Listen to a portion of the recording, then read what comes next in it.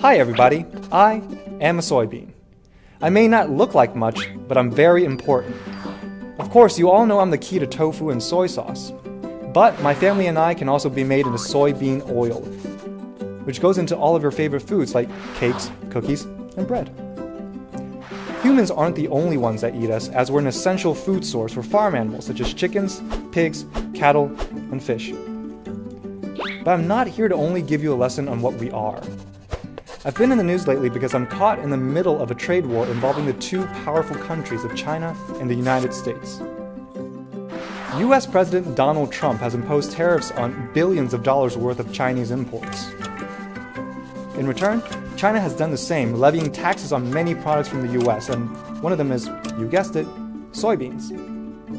You see, China is the world's largest consumer of soybeans. In fact, it imports 85% of the crop. About a third of that is from the US, making it the second largest provider of soybeans for the world's most populous country. America, on the other hand, exports much of the crop to the rest of the world. Most of the US's soybean exports, 62%, go to China. More expensive soy can mean that China will look to other sources for the bulk of its imports. As two of the top soybean suppliers to China, Brazil and Argentina could pick up the slack. If that happens, soybean farmers in the US could take an even greater hit. The crop's prices in the US already dropped by 18% from May to early July amid fears of a trade war, the lowest so far this year. So why is Trump doing this now?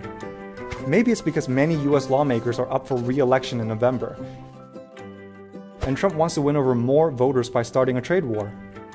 But the funny thing is that those voters whom Trump thinks will rally behind his trade actions will be hurt by this conflict. That's because China's retaliatory response in raising tariffs on soybeans will affect the top 10 soybean-producing states in the US. 9 of them supported Trump in the 2016 presidential elections. What's more, Iowa, Minnesota, and Ohio are traditional swing states. So will voters there turn out to support Trump and the Republicans once they get hit in the pocketbooks?